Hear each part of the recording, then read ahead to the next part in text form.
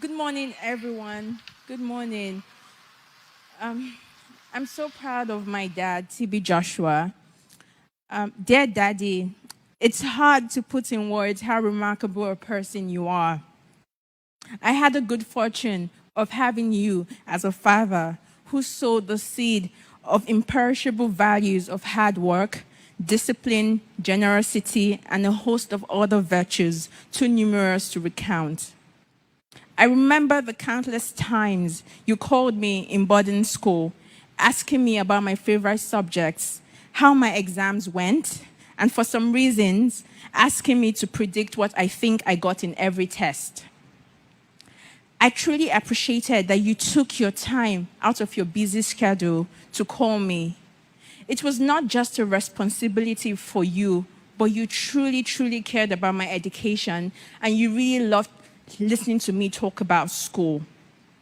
I would not be what I am today if not for your encouragement, your support, and your formidable dedication.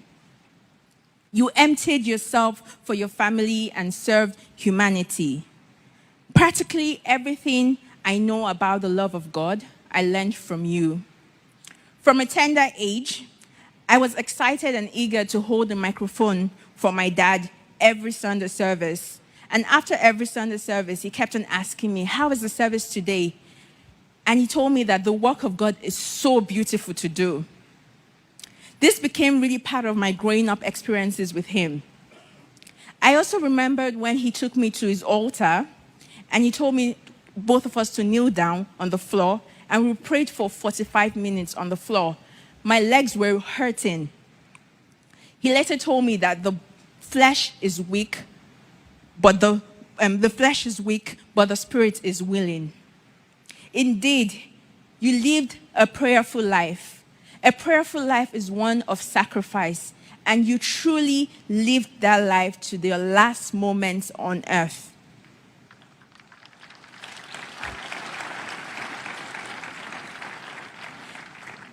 I am in awe of your love and fear of God. And I really truly understood that at a very young age, my dad would give his time, his dedication for this work. I would truly miss your conversations with me on a daily basis about life and moral. Daddy, as it was typical with you, your conversation always retained a sense of humor and mystery. If anyone lived a fulfilling and yet deliberately enigmatic life, it was you. I will truly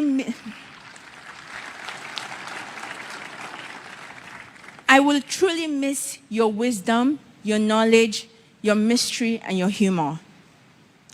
You have lived a life of unwavering commitment to passion and service. I have no reservation to say that my dad had the biggest heart that I know of, and he was a true humanitarian to this generation.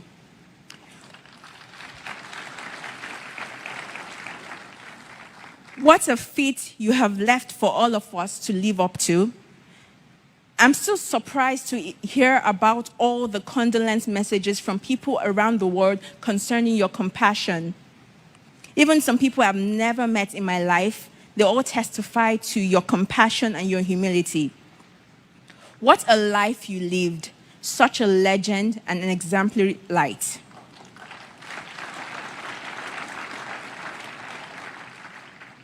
I believe that by God's grace and your peculiar sense of time, that while we were not ready, you were fully prepared for the call home. Rest in peace, Daddy. Your loving daughter, Sarah.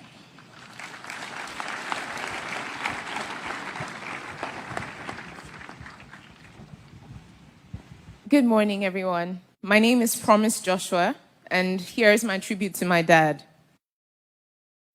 As devastated as I was upon hearing about the news of my dad's passing, I can't say that I was completely unprepared for that day. Growing up as a biological daughter to a man like Prophet TB Joshua, my dad raised me to understand that he was on a mission in this world. For him, life on earth was spiritual warfare, not a place to get too comfortable like it was home. He essentially lived each day like it was his last, with most of his time spent at his prayer mountain, utterly focused on executing an assignment that only him seemed to be in the know of what the instructions were. Since I became more socially aware and more inquisitive about my dad's life, I realized that the implication of such a lifestyle was that once he was done accomplishing what he was sent for, he will be called back home to the one who sent him. I must say that my dad did an excellent job at preparing me mentally, emotionally, spiritually, and even physically for a moment like this.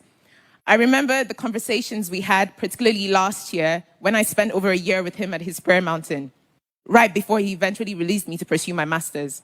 He said to me, "Before I release you, you have to spend nothing less than 6 months with me. Then you can go and do whatever you want to do." I ended up spending over a year with him. I saw him almost every day of that year. He'll tell me about how I needed to strengthen my relationship with God, carried me along at least 3 out of the countless times that he dedicated to prayer in a day. Most mornings, he would wake me up, would do our morning exercise routine, and we would have conversations about the most random topics. There was no aspect of my life that he didn't try to leave a positive footmark on in that year. By the time he was done with me and ready to release me back into the world, there was this sense of fulfillment that I observed in both of us. In retrospect, the memory of this moment is a place where I find solace now that he has passed on. I remember our trips to Arigidi Akoko, Ondo State. He made sure that I was present when he was visiting the old people in town. He would ask me to kneel with him as we kindly asked the elders to accept our gifts. They would pray for us. He would look at me and say, "This is the good life." I remember our trips from his new site to his old site. I would fall asleep in the car, and he would always make a point to wake me up to ensure that I was observing my environment, to see the reality of life for thousands of Nigerians. He'll tell me never to think that I was more deserving of the life that I had as a result of the grace of God in his life than the people that were on the street. For me, this was an important lesson that shaped my perspective and daily interactions. Lastly, Daddy, I want to say thank you for being such an exceptional role model. Your life is a living testimony of how God can raise a young boy from an underprivileged background with so much passion and zeal for God's work and use him in extraordinary ways. It is also a testimony of the extent to which one person's life can make such a massive positive impact in the world, with the thousands of lives that bear witness to the positive mark that you've made in their lives and in this world. I'm so proud to be your daughter, Daddy. Till we meet again in heaven, Dad. From Pom Pom, as he usually calls me, your twin.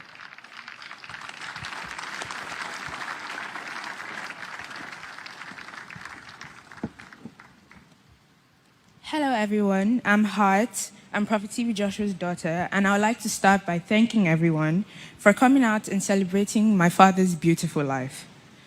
On that dreadful day, the 5th June 2021, my father, Prophet TB Joshua, departed this world to join his father in heaven, and it hasn't been the same for me again.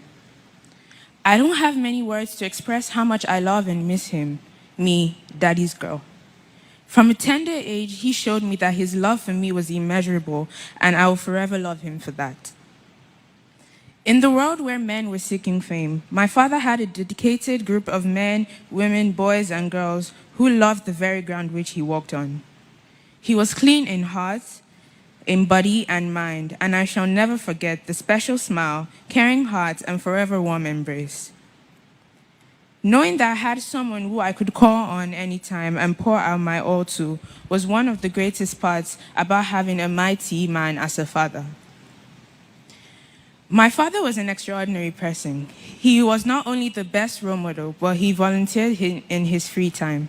He wasn't okay with only being a wonderful father, but he gave back to the world and helped those who were in need.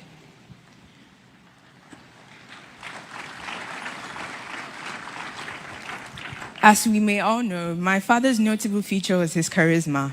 He could lift any room he walked in with just his presence and a smile. And not only did he apply this in his work as a televangelist and philanthropist, but in his daily life as a father. My father always had a smile on his face regardless of any situation and would never let anything trouble him.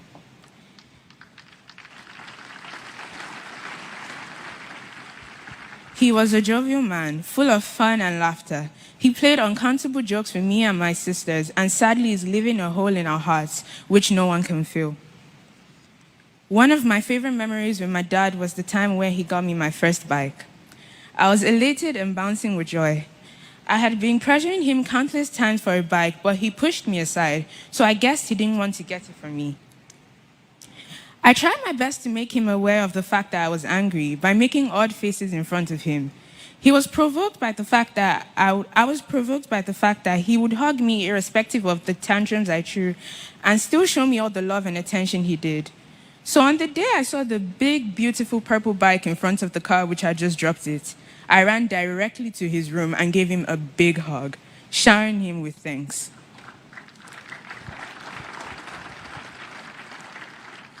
I cherish every moment I had with my father, and I know he's smiling down at us right now.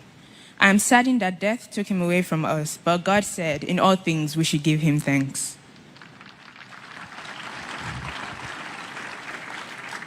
His death has left a scar in our hearts, but his legacy will stand in our lives. I feel so grateful to have had as much time as I had with him, and I will always remember having the most ambitious and remarkable father. My father was the most important person in my life, and I feel heartbroken to no longer have my father and spiritual figure with us. His memory will not only carry on in my heart, but in the hearts of everyone lucky enough to have known a delightful and astonishing man like Prophet TB Joshua. I am confident that we will meet at the feet of Jesus on the resurrection morning.